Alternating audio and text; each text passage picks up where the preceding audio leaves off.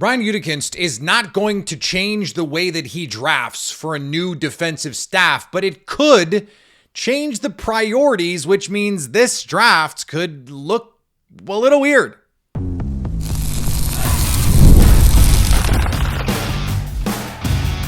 You are Locked On Packers, your daily Green Bay Packers podcast. Part of the Locked On Podcast Network, your team every day. You are Locked On Packers, part of the Locked On Podcast Network, your team every day. I'm Peter Bukowski, and I cover the Packers for The Leap, a newsletter I would love for you to subscribe to. Subscribe to the podcast wherever you get podcasts, iTunes, Spotify, Google Podcasts, wherever you find podcasts, you'll find Locked On Packers, the number one Packers podcast on the internet, and the show for fans who know what happened, they want to know why and how. Thanks to everyone who makes Locked On Packers their first listen every day. We hope you like starting your day with us as much as we like starting our day with you here on the Locked On Podcast Network, the number one sports podcast network. I want to talk about potential reunions with former Packers. I want to talk about the tight end position, which everyone I think has overlooked for reasons that I'm not quite sure about. But I want to start with the draft, because I wrote last week for The Leap, a newsletter I would love for you to subscribe to, about how Brian Gutekunst does not change his preferences when it comes to players based on the coaches, based on the scheme. They drafted and signed the same edge rushers when it was Mike Pettin, when it was Jeff Hafley, and when it was Joe Barry. And that's three distinctly different schemes. Brian Gutekunst believes in the models that they have, and I think for the most part that makes sense. But the way that the league has changed and the amount that Bobby Babich's Bills and Jonathan Gannon's Cardinals played smaller personnel groupings, more dime, more big nickel, more of these hybrid back-end personnel groupings, the more you look at this roster and you go, okay, do they have the right people to do those things? To me, this starts with Edgerrin Cooper. That's weird, right? He doesn't play safety. He doesn't play corner. No. But can he play Mike linebacker? Can he be the green dot for you? Can he be that type of player for you? Do you even want him doing that? Do you want him playing that way? That's, to me, one of the first questions this team has to figure out as they move forward.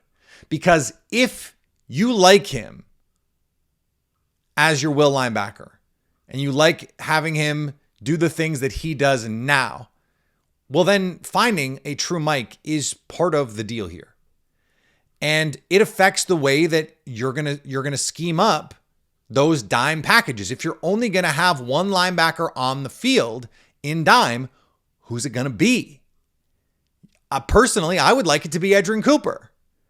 But generally speaking, he's got to be the Mike linebacker if that's what's going to happen. So if you want him to be on the field for 100% of snaps and you're going to play more of these light personnel groupings, you kind of need him to be able to do that at the very least in those high defensive back looks. So that's where this starts to me, is can he be like Devondre Campbell in 2021? Whether he's the Mike or the Will or the Sam or the Joker or the money back, whatever name you want to ascribe to it. Can he be the one linebacker you play when you're in dime? Something Joe Barry did a bunch and something Devondre Campbell thrived at doing for one season. That's where this has to start. Off of that, so let's say the answer is no. Well, then you need to go find somebody. And for my money, you need to go sign somebody. I have advocated for Demario Davis in the past. I will re-up that advocation here. If you think he can do it, I personally think he can do it, then what does that mean for the way that you look at your personnel and the way that you look at the draft personnel? Because linebackers in the college game are generally smaller than the linebackers in the NFL game because they prioritize speed. They prioritize being able to cover ground because of the way the hashes are, because of the way the offenses are built. You have to have linebackers who run. You normally think of linebackers, run and hit linebackers. That's not quite, it's like run and get guys to the ground linebackers and run and cover linebackers. That's really what you need in the modern game. It's still nice to have some guys who can come downhill, fit the run, and do the things that you have to do in any level of football. But what are you getting then from that other set of linebackers, those other, not even linebackers, overhang defenders? If you're playing an extra safety, what can they bring you? I think that the nickel personnel for this Packers team with Evan Williams, Xavier McKinney, and Javon Bullard, that's about as good as a 1-2-3 nickel grouping as you have in the NFL. But then if you're in dime, do you have the right hybrid piece? I like what we've seen from Keaton Oladapo when he's been given the opportunity to play, but we're talking about someone who has never really had to have that sort of role in this defense. And look, he was part of the 2024 draft class. So if he's not that, is he really a long-term fixture on this football team? I think that's a really interesting question to ask. He's going to be going into his third NFL season. And so if he can't be that guy for you, then he's going into the last year of his deal next year. Like 2 years into a career, you're already halfway through your rookie deal. So the Packers have to figure out quick, fast, and in a hurry what he is. And if you're Jonathan Gannon, if you're Bobby Babich, if you're Brian Gutekunst, unfortunately, you're going to have to make those sorts of declarations now, because you're going into a free agent period where you could sign guys, where you could draft guys, and you're thinking about a year, 2 years, 3 years down the road. You have to be. That's the way that team building works. And no one is more forward thinking in the draft than the Packers are, thinking a year, 2 years down the road, much to the chagrin of Packer fans a lot of times. One of the reasons I brought this up was there was a player who came up. It doesn't even matter who the player is. And I was like, yes, take a shot on a player like that. And it was an undersized linebacker, a guy who's like 6'1", 225, but is going to run like the wind. And this is where the Packers not changing their model works in their favor. Remember, once upon a time, the Packers used a day 2 pick on Josh Jones. And he had, he looked the part. He was the prototypical dime linebacker, strong safety type in the NFL. He was drafted to be, essentially Nick Emanwari. Now, for a slew of reasons, that didn't work out. But they used a premium draft pick on a secondary player. And I don't mean plays in the secondary. I mean a secondary player. Like his role on that defense at that time was to be a dime linebacker who played like 20% of snaps, 25% of snaps, and then could eventually grow into a role as a starting safety, which eventually he did and will always have the Bengals game when he looked like he was the second coming of Leroy Butler. Turns out he wasn't. But that's a great example of a player who fit all of the boxes, checked all they want the premium athletes early in the draft. And they're not afraid to take somebody who in year one is just going to be that type of dude. Now, what if it's just a linebacker? Well, in college, linebackers have to be able to play in the slot. They have to be able to not quite play safety, but almost at times, given the drops and the widths of the field. And I know the field is technically the same width, but because of the way the hashes are, you have to be able to cover a bunch of ground. The Packers have to look at that and go, okay, could that just be basically a de facto linebacker? Could you play nickel? Could you play big dime with that player? Yeah, we'll call him a linebacker, but they're really more like a safety in a situation like that. Or at least you want them to be with the versatility that they can bring and all of those things. So all of this is to say, I don't think it's going to change the Packers' size preferences or athleticism preferences. But it may make them say, hey, if this defense is going to be a heavy dime defense, drafting a dime linebacker who is a bit of an undersized player, maybe that is worth it on day 2, for example, though the player in question that we were talking about was a day 3 linebacker.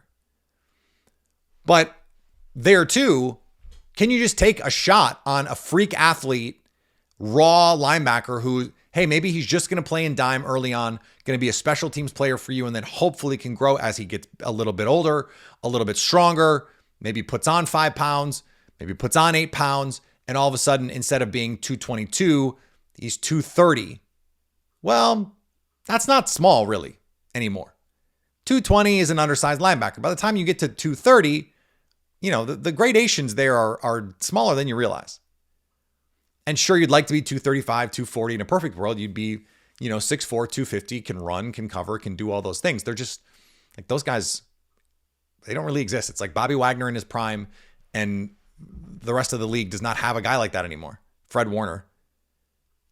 Edgerrin Cooper kind of in that mix, though I don't think he's quite in that size range. But so they could take a player like that early. And it changes the way you prioritize a position like that because of the way the defense is going to play. Even if Brian Gutekunst isn't actually changing anything about the way that he evaluates the players, it may change the way you prioritize them. Now, speaking of prioritizing players, I don't think we are talking enough about the Packers' need to find another tight end. I'll talk about why next. Welcome to the 5-Hour Energy Flavor Draft with 18 different flavors to choose from, including new options like Confetti Craze, Fruity Rainbow, or Cotton Candy. There's something for everyone. The board is set, the flavors are ready, and I've got the number one pick for the 5-Hour Energy Draft. I like an old standby. Cherry, grape, berry. Those are the classics.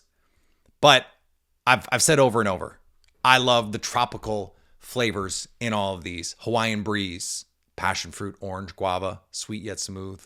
Love that one. Peach mango, tropical burst.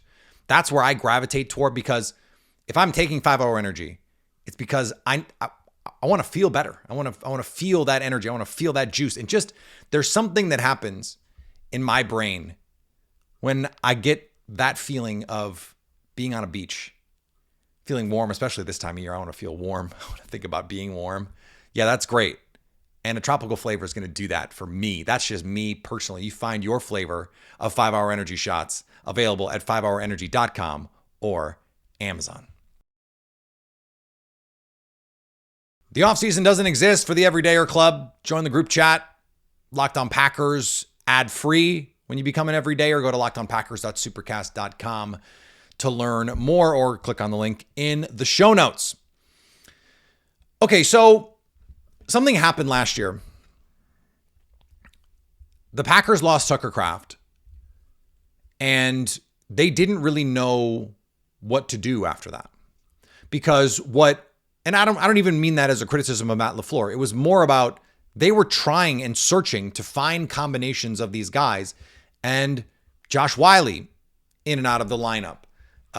Luke Musgrave is a limited blocker, so there's only so much you can do with him. And so you have a personnel problem, because Tucker Kraft just solved all of your personnel problems by being able to do everything. And when you have Tucker Kraft, then it makes it easier to deploy Luke Musgrave kind of however you want. John Fitzpatrick goes down. He was someone who was already eating into the snap share of Luke Musgrave. The problem is Fitzpatrick is just not a good enough blocker to account for the deficiencies that he has as a vertical receiver. So you get that from Luke Musgrave, but you don't get the blocking. So you're kind of getting the worst of all worlds in that case. There's also a special teams element here. Your tight ends have to be core special teams players for you. And Luke Musgrave, your backup tight end, like your tight end too, has got to be a true blue special teamer for you. And Luke Musgrave is just not. And so this Packers team, they need an infusion of talent behind Tucker Kraft. That's not just talent, but is size, is athletic ability. They need someone who is either an awesome receiving tight end, and Luke Musgrave is not that. Someone who is, in the mold of a player like an Evan Ingram, where like they're basically a receiver. Because then at least you get that piece. Or is a kick-ass blocker. And I think for me, Luke Musgrave might just be what he is at this point, going into the last year of his contract. I kind of think this is it for Luke Musgrave. This is his chance essentially this year to audition to be someone else's tight end one, or to have a shot to be someone else's tight end one in the future. I just think this is it. I think he's shown what he is. And unfortunately, he's just not as good a player as Tucker Kraft is. He got an opportunity. He had some nice plays, had some nice moments. But if that's Tucker Kraft in the playoff game and Jordan Love throws the go ball up the sideline in the playoff game to Tucker Kraft, I think he either comes down with it or gets the interference call. Luke Musgrave mistracked it, mistimed it, missed everything it. And the ball, like Tremaine Edmonds doesn't know where the ball is either. So it's just like two freak athletes, size speed athletes. Tremaine Edmonds getting cut in Chicago. Like, that's just not, you can't have it in that moment be what you're doing. And so one of the reasons I'm bringing it up this week is, yes, there's questions about the special teams, and no, we still don't have an answer on what's going on with the special teams. But the combine is important because there are certain traits that directly translate and correlate to success in the NFL. Oddly, hand size, one of them. Short shuttle, one of them. But the two things that are really important is how many missed tackles did you force in college? Tucker Kraft was really good at that. And your 10-yard split, which is really a metric of explosiveness. How straight line explosive are you? And part of that is you got to be able to move bodies in the run game. George Kittle, extremely explosive, short area quickness. When you have that short area burst, you also are getting off the line, right? You're able to get out of that 3-point stance and get down the field. Part of the problem for a lot of slower tight ends is the quarterback, it's quick game, right? And so if you're in the gun, it's like one step, bang. Well, if you're still getting to your landmark, you're not really in the progression for the quarterback. You haven't really given the quarterback an opportunity to see you. So to me, the Packers have two ways they can go with this. I like, it's not out of the question. If one of these tight ends, and this is a very good group of tight ends, even if at the top there's not the super premium guys, Packers don't care about that. They don't have a first round pick anyway. In the middle tiers, from like rounds 2 through 6, there's a lot of really good football players, a lot of really talented football players. And I expect the Packers to use, look, if they used a third round pick on a tight end, it would not surprise me. Matt LaFleur wanted to play more 13 and 12 personnel last year. They thought that could be a superpower for them. Use Tucker Kraft and Luke Musgrave on the field together. Live with the fact that Luke Musgrave is not a great blocker because Tucker Kraft is a good blocker, and he's so good in the passing game. And Luke Musgrave can be a threat, a vertical threat, whether it's on a corner, those big overs, seam routes, wheel routes. You lose so much when you lose Kraft. Well, they need more Kraft insurance because tight ends do get banged up. Look at the best tight ends in the league. Like George Kittle is always hurt. He's playing, but he's always hurt. It's really nice the 49ers found out to have someone like Jake Tonjes, someone else who can come in and just kind of do all the things. He can be a facsimile of George Kittle, even if, of course, he's not as good as George Kittle. Having depth there not only improves your offense, gives you more flexibility with what you can be, run game, pass game, but then you're also adding another player who can be a core special teamer for you. And again, you take a guy, I think, to me, those of you new to the program, those of you who don't remember my stance on drafting tight ends, my thing is I would draft a tight end in the 4th or 5th round every year. Every year. You know, barring you just falling in love with someone and they're there, like you get a chance to draft Romeo Doubs, you get a chance to draft Zach Tom, and it's like, okay, those guys are going a round or two. Or in the case of Zach Tom, I thought he was a borderline first round player, by the way. I was right about that. You have an opportunity to hit eventually. Like those guys, when you are prioritizing the right things, athleticism, the 10-yard split, and the run after catch ability. Tucker Kraft leads the league since he's been in the league, basically, since he's been a starter the last 2 years in yards after catch for a tight end. He was really good at it in college. Take those guys, and if they can't be and develop into good offensive players for you, you at least have potential core special teamers for you. You bulk them up and you teach them how to block, or you try. think some guys are just not cut out for that. Some guys are just not good at it. Some guys are not coordinated enough. Some guys don't have the build for it, even if they add weight and add strength, like the way your body is. Sometimes guys are, they're top heavy, for example. That makes them easier to move. High cut tight ends, like Luke Musgrave, by the way, like you're just, I think, you'd like to have a guy who's going to have a lot of lower body strength and can play with good leverage. A lot of times for high cut guys, that's just tough. It's tough to get low and be able to direct that ground force the way that it needs to go. So I would just be taking guys round 4, round 5, round 6 every year until I find George Kittle. And if not, I have a nice backup tight end who can play special teams for me. And every 2 or 3 years, the guys that don't work cycle out, and that's fine. But eventually I'm going to hit on somebody. And they're going to be really valuable because really good tight ends are really valuable. We saw the value of Tucker Kraft. So we'll see what the Packers do, but I would think first 4 rounds, first 5 rounds, don't be surprised if there's a tight end in there at all. And don't be surprised if they go into free agency and they grab a defensive tackle they feel good about, they grab a linebacker they feel good about, or they grab a cornerback that they feel good about, or they grab 2 of those 3 or 3 of those 3. They go in and use a premium pick on a tight end. I would not be surprised at all. Now, what I would be surprised about is if some aging former Packers came back to Green Bay. This is something that's been out there, and it's not going to happen. Sorry. As the new year gets going, a lot of people are trying to simplify their routines, and dinner is a big one. Between busy work days, cold winter nights, and packed schedules, having an easy, reliable dinner plan makes a huge difference. That's where Home Chef comes in. Home Chef takes the stress out of cooking by delivering fresh, pre-portioned ingredients right to your door with easy-to-follow recipes that actually taste great. They're rated #1 by users of other meal kits for quality, convenience, value, taste, and recipe ease, and it's not hard to see why. Over 30 weekly options, including family-sized meals and different dietary choices. Everything arrives pre-portioned, so there's less prep, less meals, and no wasted food. For a limited time, Home Chef is offering my listeners 50% off their first box, free shipping, and free dessert for life. Just go to homechef.com/lockedon. That's homechef.com/lockedon for 50% off your first box. Free shipping and free dessert for life. Must be an active user to receive those free desserts. Workplace chaos, deadlines stacking up, the inbox overflowing, and the one position you have to fill still sitting open. When the pressure's on and you need the right hire, that's a job for sponsored jobs. Indeed, sponsored jobs.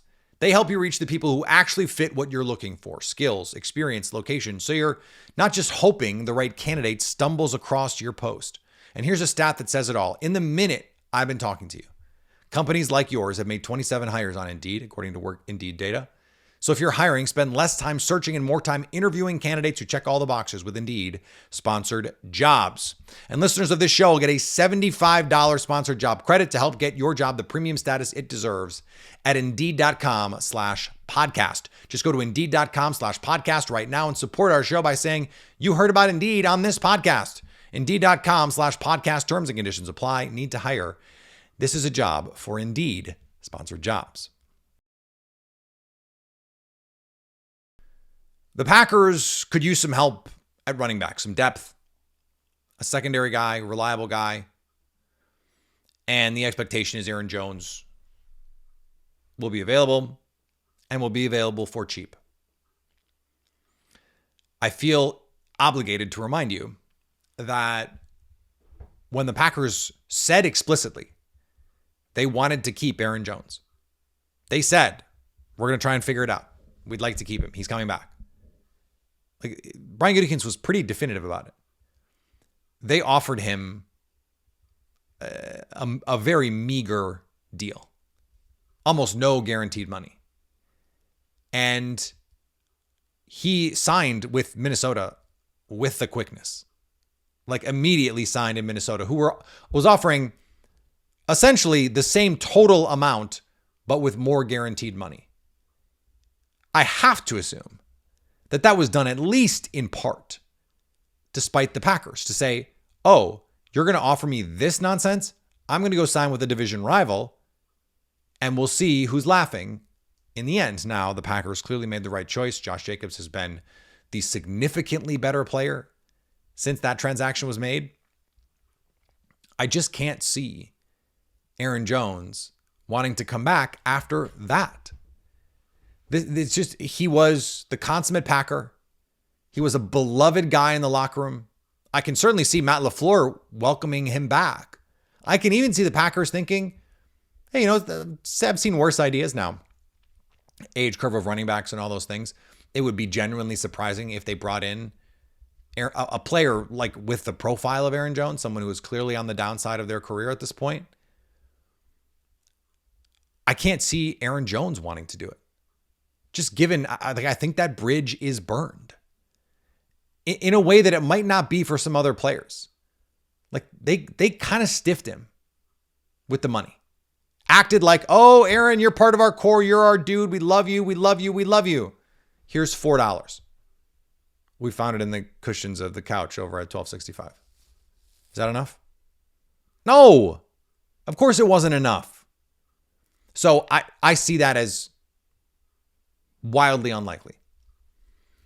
I would say less unlikely, but still overall unlikely.